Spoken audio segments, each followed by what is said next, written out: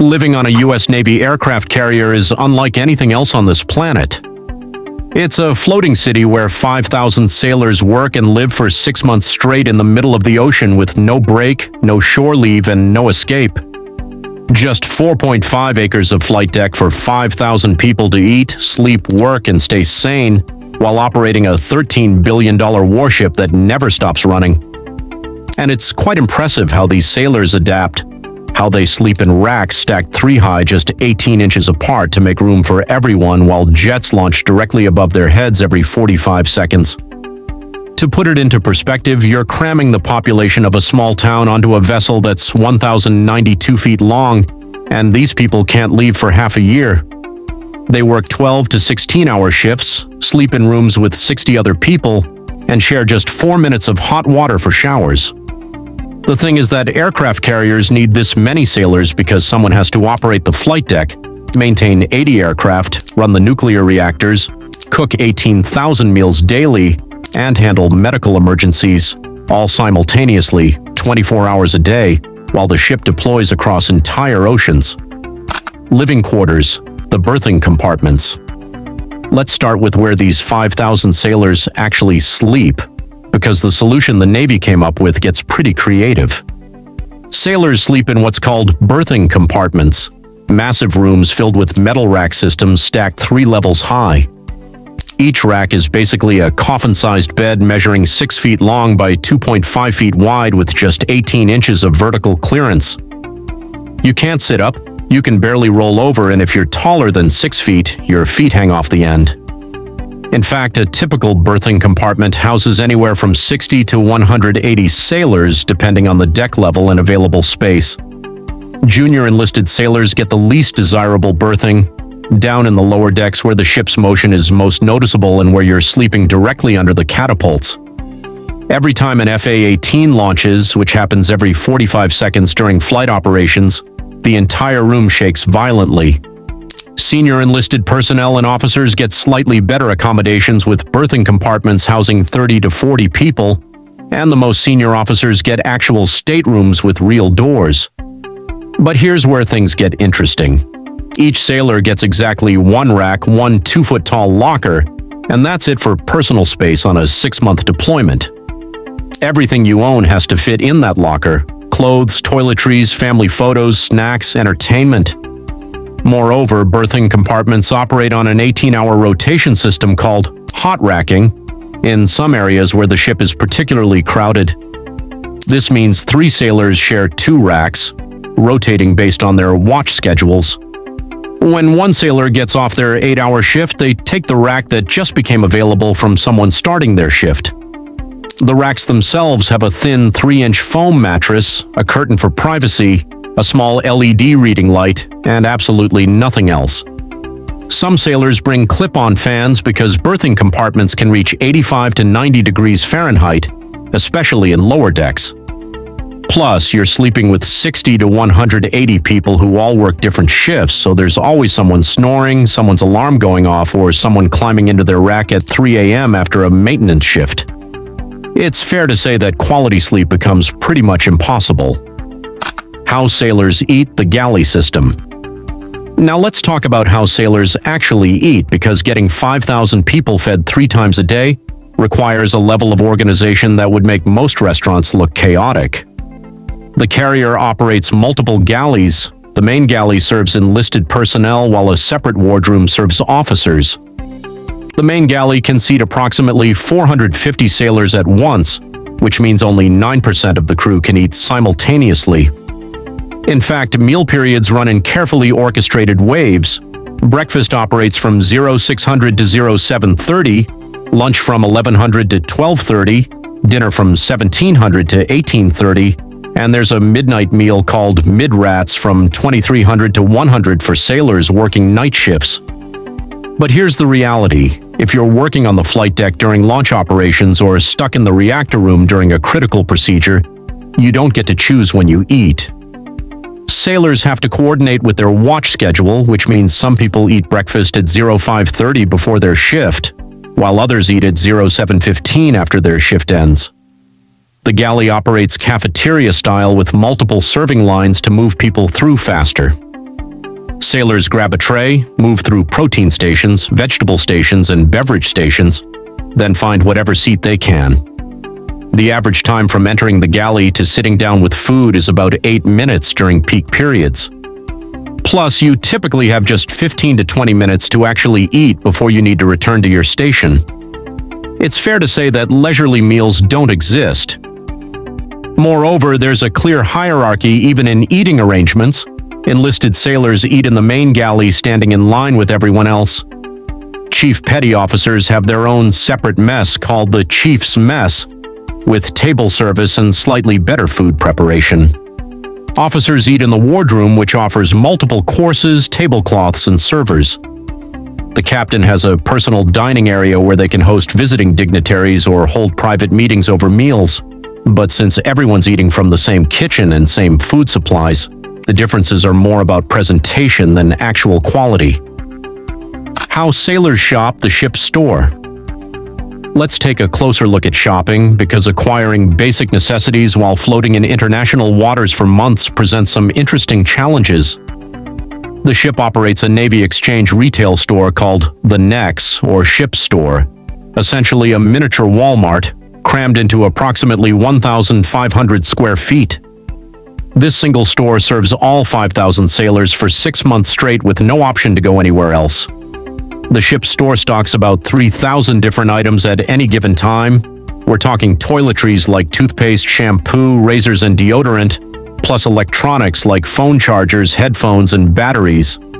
They carry reading materials including books and magazines, workout supplements and protein bars, tobacco products, uniform components, and even some basic clothing items. In fact, the store has to predict what 5,000 people will need for half a year and stock accordingly, because once you're underway, restocking only happens during replenishment operations every 3 to 4 weeks. But here's where the shopping coordination gets complicated. The ship's store operates limited hours, typically 1,100 to 1,300 and 1,900 to 2,100 daily.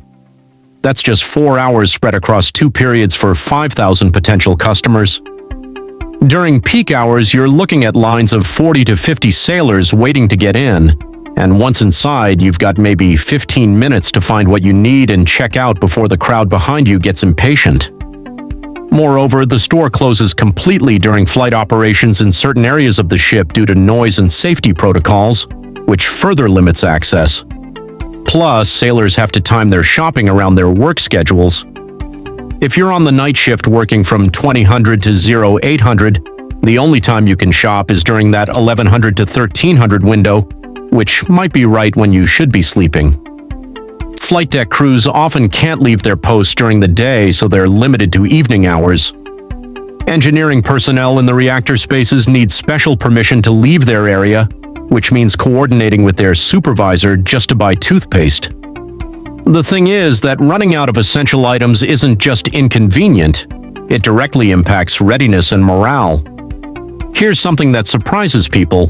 Prices at the ship's store are actually cheaper than civilian retailers because purchases are tax-free and the Navy Exchange operates as a non-profit.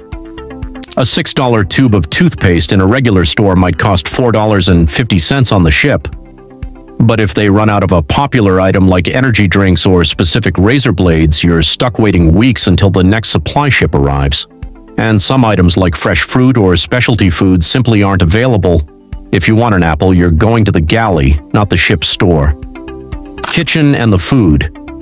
Now, the food on aircraft carriers is famously excellent, which seems counterintuitive when you're feeding 5,000 people from a kitchen smaller than most college cafeterias. But the thing is that the Navy learned decades ago that good food is absolutely crucial for morale when sailors are stuck at sea for months with no other sources of enjoyment or comfort. Poor food leads to poor morale, which leads to poor performance, which on a warship can be dangerous. The main galley on a Nimitz-class carrier measures approximately 10,000 square feet and employs about 100 culinary specialists working in rotating shifts.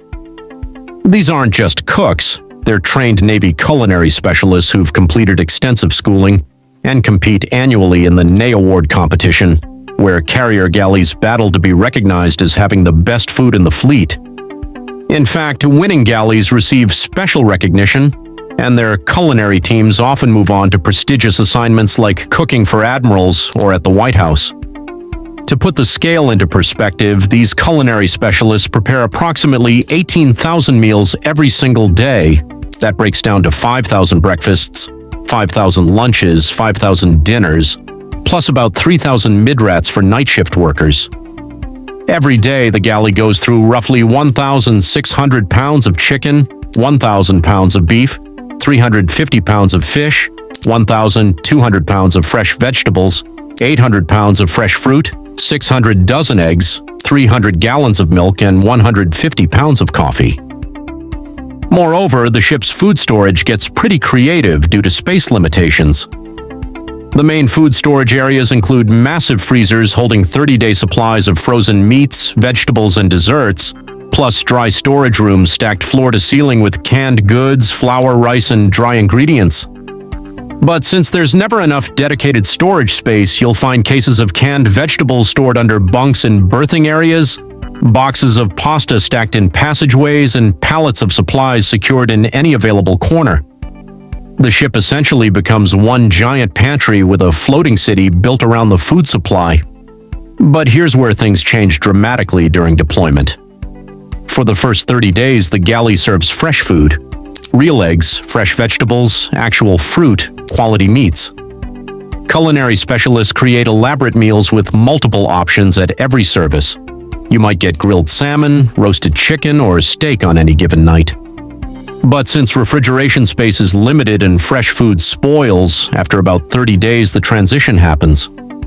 Fresh eggs become powdered eggs, fresh vegetables become canned or frozen, real milk becomes shelf-stable milk, fresh fruit becomes canned fruit cocktail. The culinary specialists know this transition is hard on morale, so they get extremely creative with seasoning, preparation methods, and presentation. They'll turn canned chicken into something resembling real chicken parmesan. They'll make powdered eggs actually taste acceptable through careful cooking and seasoning. Plus, they create special themed meals to break the monotony: Taco Tuesday, Italian night, Asian cuisine night, and the famous Steel Beach picnic when the ship parks in calm waters and the galley grills burgers and hot dogs on the flight deck. In fact, the ship also operates what's called a gidunk, a small convenience store selling snacks, candy, energy drinks, chips, and comfort food. These items become worth their weight in gold during deployments because they're the only food sailors have control over choosing themselves. A bag of chips from the gidunk might cost $2, but it represents freedom of choice in an environment where you eat what's served or go hungry. Many sailors spend $100 to $200 monthly at the gidunk just to have something that feels like a personal choice. Hygiene Facilities, the head. Moving on to personal hygiene, which presents its own unique challenges when you've got 5,000 people on a ship. Sailors use facilities called the head, communal bathrooms with rows of toilets, sinks, and shower stalls. A typical head on an aircraft carrier serves anywhere from 100 to 200 sailors and contains about 8 toilets, 10 sinks, and 6 shower stalls. Do the math. That's 200 people competing for 6 showers. The Navy implements what's called a water conservation protocol during deployments. Each sailor is expected to take what's known as a Navy shower. You have approximately 4 minutes of hot water total.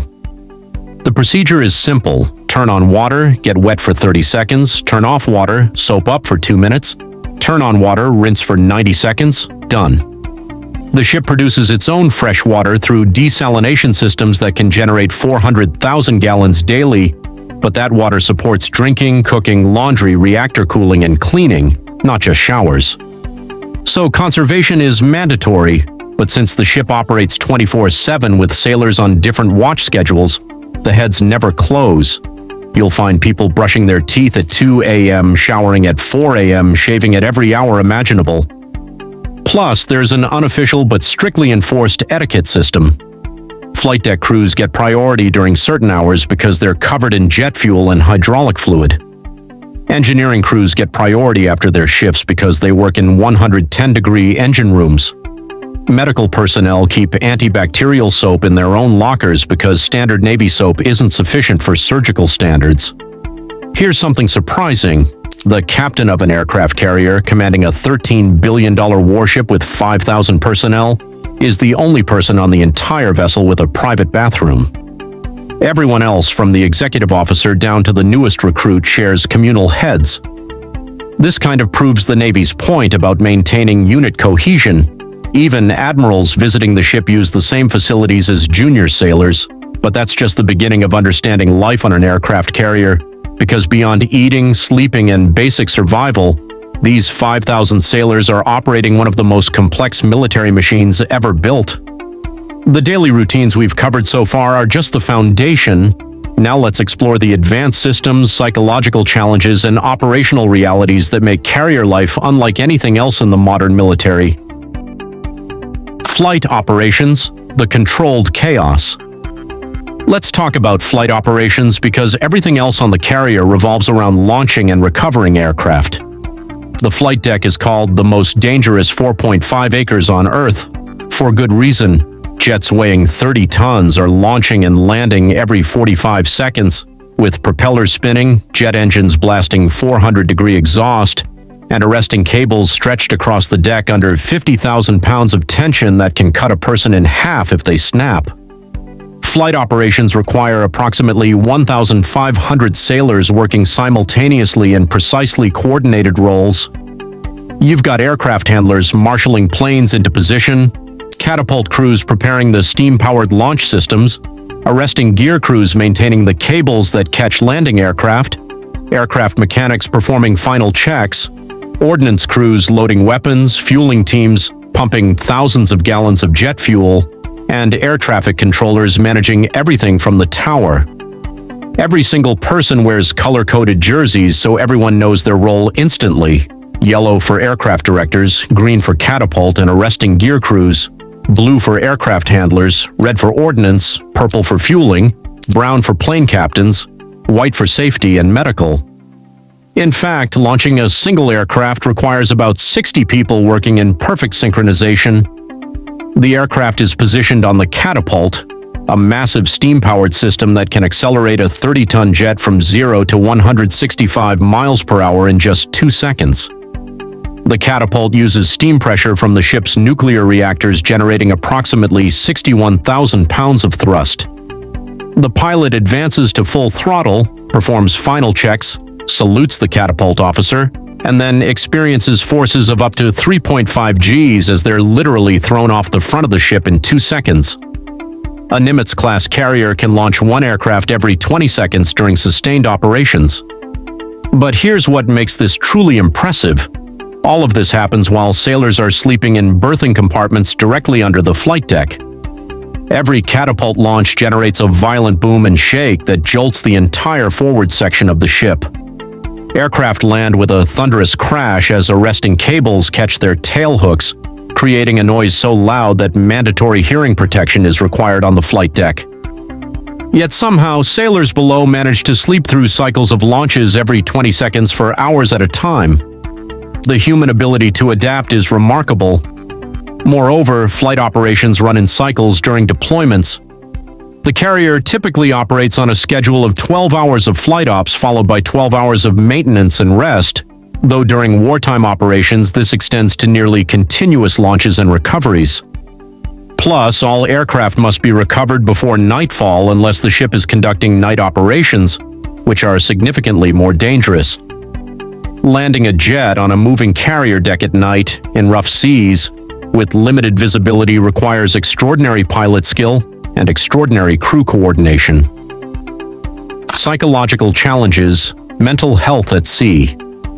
Let's address something the Navy doesn't advertise heavily but takes very seriously: the psychological impact of spending 6 months isolated at sea with no escape. The mental health challenges on an aircraft carrier are significant, and the Navy has developed comprehensive systems to help sailors cope with what's essentially long-term confinement in a dangerous industrial environment. The ship employs a mental health team consisting of psychologists, counselors, and chaplains, available 24/7 for sailors struggling with deployment stress. In fact, studies show that approximately 15 to 20% of deployed sailors experience significant mental health challenges during a 6-month deployment. The most common issues include depression from isolation, anxiety about family situations back home, relationship problems that sailors can't address while deployed, and stress from the constant noise, lack of privacy, and dangerous working conditions. The Navy implements what's called stress management programs, including mandatory psychological briefings before, during, and after deployment. Sailors receive training on recognizing signs of depression in themselves and shipmates. The chaplain's office is always open for confidential counseling regardless of religious affiliation. Plus, the ship has dedicated quiet spaces, small rooms where sailors can go for 20 minutes of actual silence and privacy, which sounds trivial but becomes incredibly valuable when you're living in constant noise with 5,000 other people. But here's something that might surprise you. Suicide rates on aircraft carriers have historically been higher than other Navy commands, which the service has worked hard to address through enhanced mental health screening and support. The combination of isolation, stress, relationship problems back home, and lack of any physical escape creates a psychological pressure cooker. In fact, the Navy now requires all commands to have trained intervention specialists who can recognize warning signs and intervene before situations become critical. Every sailor also receives training on how to help a struggling shipmate, because often it's fellow sailors who notice the warning signs first. Moreover, the Navy has learned that seemingly small things make huge differences in mental health. Regular communication with family through email and video calls, when available, is crucial. Entertainment options like movies, video games, and gym access provide necessary distractions. Social events like Steel Beach picnics, crossing the line ceremonies, and holiday celebrations break up the monotony. The ability to receive care packages from home provides tangible connection to life beyond the ship. It's fair to say that maintaining mental health during deployment requires as much attention as maintaining the ship's systems. The nuclear power plant. Life in the reactor spaces. Now let's talk about something that makes aircraft carriers truly unique: the nuclear propulsion system. These ships are powered by 2 nuclear reactors generating enough energy to power a city of 100,000 people. About 400 sailors work directly in or around the reactor spaces as nuclear-trained personnel, and their experience on the carrier is dramatically different from everyone else's. Nuclear personnel, called nukes in Navy terminology, undergo the most rigorous training program in the military, approximately 18 months of intensive schooling in nuclear physics, reactor operations, and engineering before they ever step aboard a carrier. They operate in restricted areas of the ship where most sailors can never go. The reactor spaces are located deep in the ship's hull, several decks below the waterline, in compartments that reach 110 to 120 degrees Fahrenheit even with cooling systems running. Plus, these sailors typically work 6-hour watches in these conditions, then rotate off for rest before returning. In fact, the nuclear reactors on a Nimitz-class carrier produce approximately 550 megawatts of power, enough to propel the 100,000-ton ship at speeds exceeding 30 knots for 20 to 25 years without refueling. The reactors heat water to create steam, which powers turbines that turn the propellers and generate electricity for the entire ship. Every light, every computer, every catapult launch, every galley oven, every air conditioning unit, all powered by the reactors that these 400 sailors maintain and operate 24 hours a day. But here's what makes nuclear service particularly challenging: the absolute zero tolerance for mistakes. A nuclear accident at sea would be catastrophic, so procedures are followed with absolute precision. Every action in the reactor spaces is governed by detailed technical manuals that must be followed exactly. Nuclear personnel undergo continuous testing and requalification throughout their careers. The work is mentally exhausting, physically demanding due to heat and noise, and carries immense responsibility. Yet these sailors often see the least of the ship since they spend most of their time in the restricted reactor spaces. It's a unique sacrifice within the already significant sacrifice of carrier deployment. The medical department. Emergency care at sea. Let's examine the medical capabilities of an aircraft carrier, because this floating city needs to be prepared for everything from routine illnesses to mass casualty events, all while operating hundreds of miles from any hospital. The ship's medical department operates essentially as a small trauma hospital with approximately 60 medical personnel, including doctors, nurses, surgical technicians, and corpsmen. The medical spaces include a full operating room capable of performing emergency surgeries, an intensive care unit with 6 beds, a dental clinic with 2 dental chairs, a pharmacy stocked with thousands of medications, an X-ray and limited imaging capability, and a small laboratory for blood work and testing. In fact, the medical team can handle most emergencies that would occur in a civilian trauma center: gunshot wounds, burns, broken bones, appendicitis, heart attacks, and trauma from flight deck accidents or combat injuries. But since the carrier often operates as the flagship for an entire strike group, the medical department doesn't just serve the 5,000 sailors on board. They provide medical support for personnel on escort destroyers and cruisers, meaning seriously injured sailors from other ships get flown to the carrier for surgery. Plus, during combat operations or humanitarian missions, the medical spaces can be rapidly expanded by converting the crew's mess hall into additional hospital space. The same tables where sailors eat breakfast become surgical tables during mass casualty situations. Comprehensive conclusion. Living on a U.S. Navy aircraft carrier for 6 months represents one of the most demanding experiences in modern military service.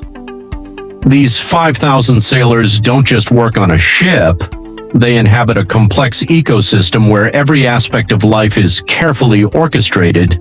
From the 18-inch tall rack where you sleep to the 4-minute shower you're allowed to the 15-minute window you have to eat, meals prepared by culinary specialists feeding 18,000 people daily from a kitchen the size of a small restaurant. The broader mission significance cannot be overstated. Aircraft carriers project American military power to every ocean on Earth, serving as floating air bases that can respond to crises anywhere within 24 hours. But that capability exists only because 5,000 sailors are willing to sacrifice personal space, privacy, comfort, and connection to their families for half a year at a time. They adapt to sleeping in coffin-sized racks stacked 3 high, sharing toilets with 200 other people, eating whatever is served when they're told to eat it, and shopping for basic necessities during narrow windows around their work schedules.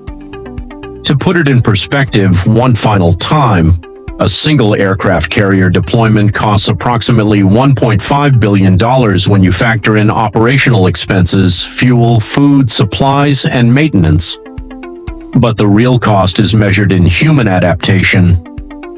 These sailors operate the most dangerous workplace on Earth, where a single mistake can kill dozens of people instantly.